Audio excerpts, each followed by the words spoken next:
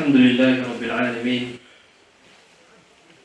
الذي خلق السماوات والأرضين والصلاة والسلام على رسوله الكريم سيد الأنبياء والمرسلين وعلى آله وأصحابه أجمعين. أما بعد، فقد قال الله تعالى في القرآن المجيد والفرقان الحميد بعد أعوذ بالله من الشيطان الرجيم بسم الله الرحمن الرحيم ونبلوكم بالشر والخير فتنة وقال الله تعالى كل نفس ذائقة الموت وقال الله تعالى والله يحيي ويميت. صدق الله العظيم وصدق رسوله النبي الكريم ونحن على ذلك لمن الشاهدين والشاكرين والحمد لله رب العالمين. Dear respected elders, mothers, sisters, brothers and young friends, with the recent vote of the MPs on the assisted dying bill, I would like to share. Unfortunately, we can't do it in one khutbah as the time is very limited just now. In the next few weeks, the khutbah will be kept very short. So, however, I would like to share the clear position of our Sharia on this issue of end of life issues, and also on human suffering in general. How do we cope with that as Muslims, and what is a clear guidance from the Quran? Also, before we start, just would like to remind all the brothers and sisters to please listen carefully to the khutbah. Almost every other day or every other week, I have some brothers coming to me every week complaining that this brother is on the phone, that brother on the phone, can you please mention it? So obviously I can't mention it every week, but it's just a humble reminder to everyone. Please listen carefully to the khutbah. Jazakumullah khair.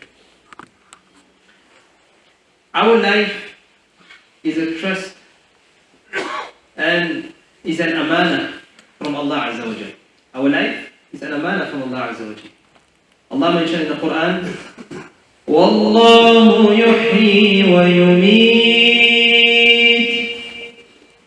Allah is the one who gives life, and Allah is the one who gives death.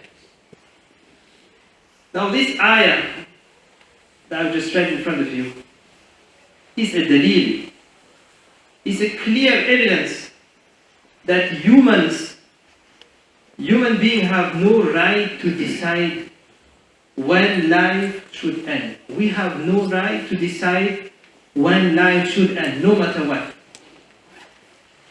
Now this law or this bill has been presented, subhanallah, they presented it as a way to help people who are suffering to end their lives. Na'udhu billah.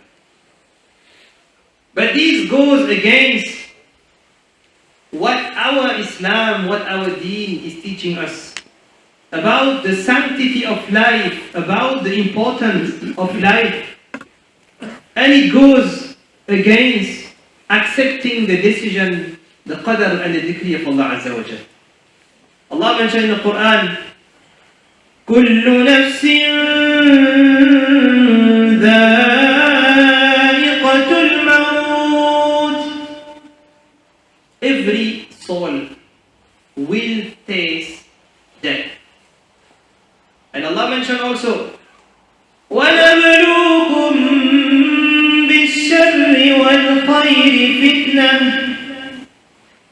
The Quran is teaching us that we are tested with bad and we are also tested with good. بِالشَّرِّ وَالْخَيْرِ فِتْنَةً, as a test.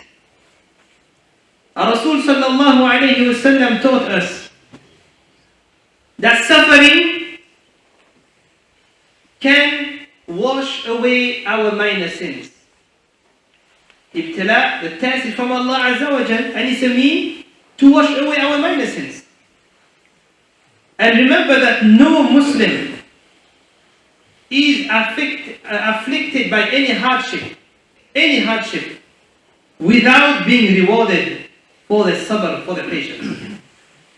Subhanallah, even the pricking of a thorn, which is something minor, of course, the person will be rewarded for the sabr he's doing on that. As it's mentioned in the hadith also, I mentioned to you something very minor, but obviously the more pain we have and the major the test will be, there will be more sin that will fall away from that person. Just as you see the leaves falling from the trees. And this is mentioned in Bukhari. Now, this clearly shows us that in Islam, suffering, hardships, difficulties, tests, ibtila, musibah, is all a way to wash away our minor sins, to clean ourselves.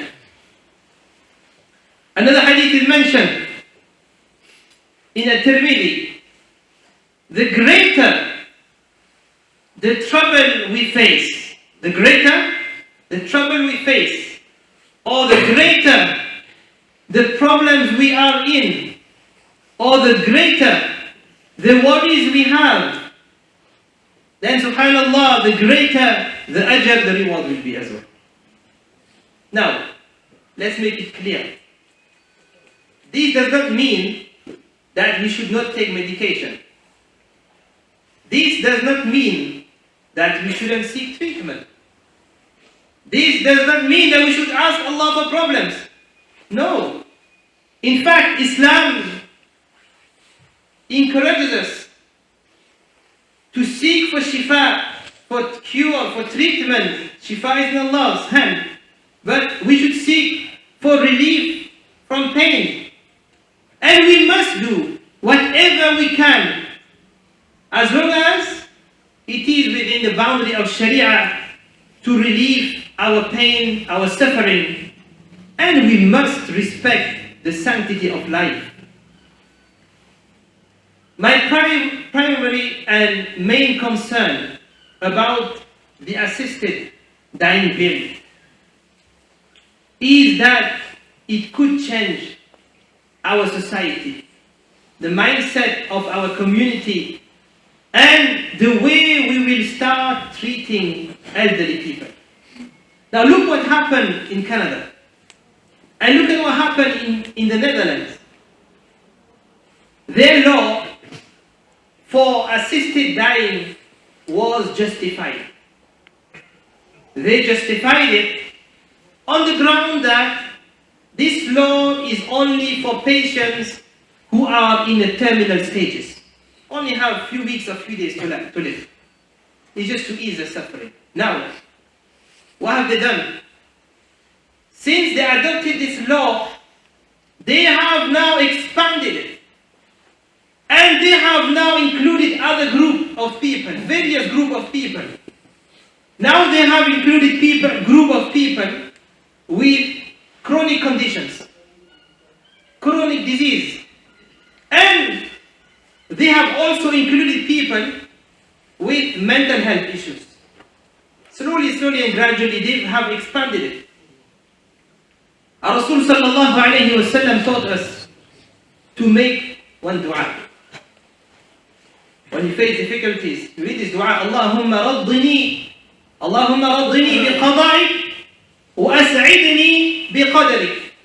That, oh Allah, I pray to you to make me happy and content and accept what you have decreed for me, and make me happy with what you have written for me.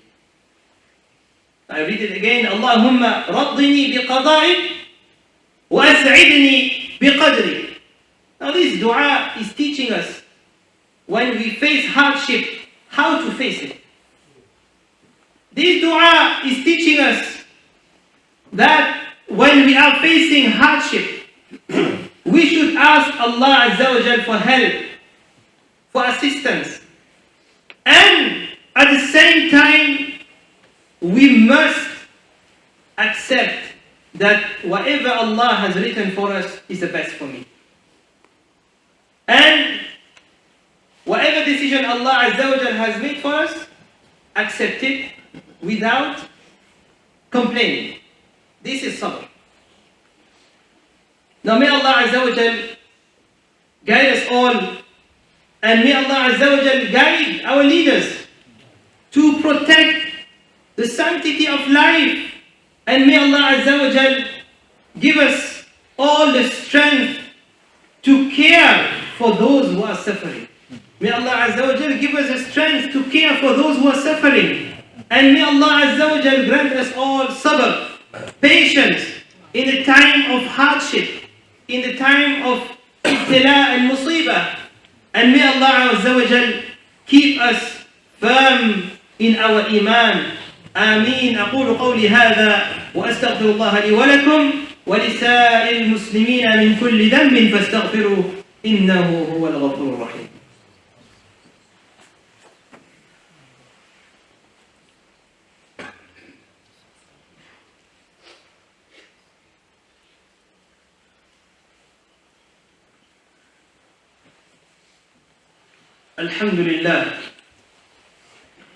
الحمد لله أستعينه وأستغفره ونعوذ بالله من شرور أنفسنا من يهد الله فلا مضل له ومن يضلل فلا هادي له وأشهد أن لا إله إلا الله وحده لا شريك له وأشهد أن محمدا عبده ورسوله أرسله بالحق بشيرا ونذيرا بين يدي الساعة من يطع الله ورسوله فقد رشد ومن يعصيهما فإنه لا يضر إلا نفسه ولا يضر الله شيئا. أعوذ بالله من الشيطان الرجيم. إن الله وملائكته يصلون على النبي يا أيها الذين آمنوا صلوا عليه وسلموا تسليما.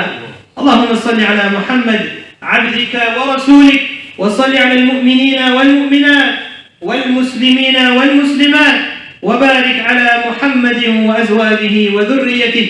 قال النبي صلى الله عليه وسلم أرحم أمتي بأمتي أبو بكر رضي الله عنه وأشدهم في أمر الله عمر رضي الله عنه وأصدقهم حياء عثمان رضي الله عنه وأقضاهم علي رضي الله عنه وفاطمة سيدة نساء أهل الجنة رضي الله عنها والحسن والحسين سيدا شباب أهل الجنة رضي الله عنهما وحمزة أسد الله وأسد رسوله. اللهم أعز الإسلام والمسلمين. اللهم أعز الإسلام والمسلمين. اللهم أصلح أحوال المسلمين في كل مكان. اللهم أصلح أحوال المسلمين في كل مكان. اللهم أصلح أحوال المسلمين في كل مكان.